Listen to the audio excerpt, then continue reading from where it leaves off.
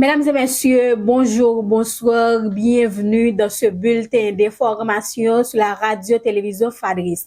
Le taux de référence calculé par la BRH pour ce jeudi 1er août 2024 est de 131,46 pour $1 américain.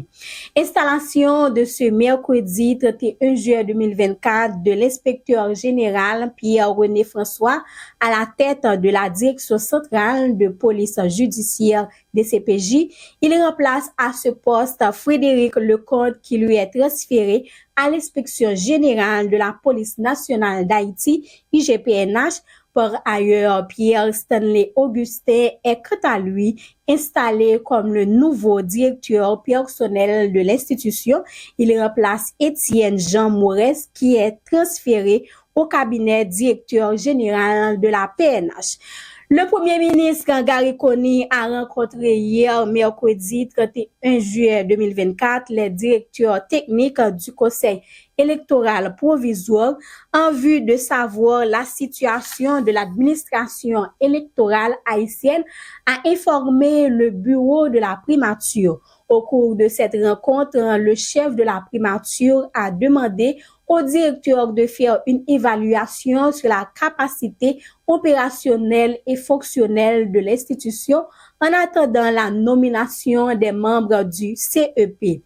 Le gouvernement de Gary Coney a organisé ce mercredi 31 juillet une séance de travail avec plusieurs institutions de l'État et des partenaires internationaux à la primature. Cette rencontre a été effectuée afin de préparer la réouverture des classes dans les mois à venir. Haïti rejoint officiellement la Commission des réparations de la communauté des Caraïbes, CARICOM, a informé le ministère des Affaires étrangères et des cultes, MAEC, à travers un communiqué publié sur sa page X en date du mardi 30 juillet 2024. Haïti a adhéré à cette commission lors de sa participation à la 47e réunion ordinaire de la conférence des chefs d'État et de gouvernement des pays membres de la CARICOM qui s'est déroulée à la Grenade du 28 au 30 juillet 2024. Dossier BNC, le conseiller présidentiel Smith Augustin somme le président du conseil d'administration de la BNC, Raoul Pascal Pierre-Louis, de se retirer ses propos jugés diffamatoires portés à son encontre. Raoul Pierre-Louis dispose d'un jour franc pour se conformer selon la sommation qui lui est adressée en date du 30 juillet 2024.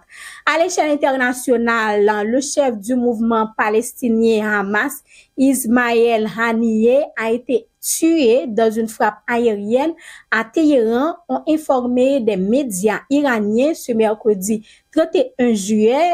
Haniyeh se trouvait dans l'une des résidences spéciales pour les vétérans de guerre dans le nord de Téhéran lorsqu'il a été tué par un projectile aérien, a déclaré l'agence de presse locale FAR.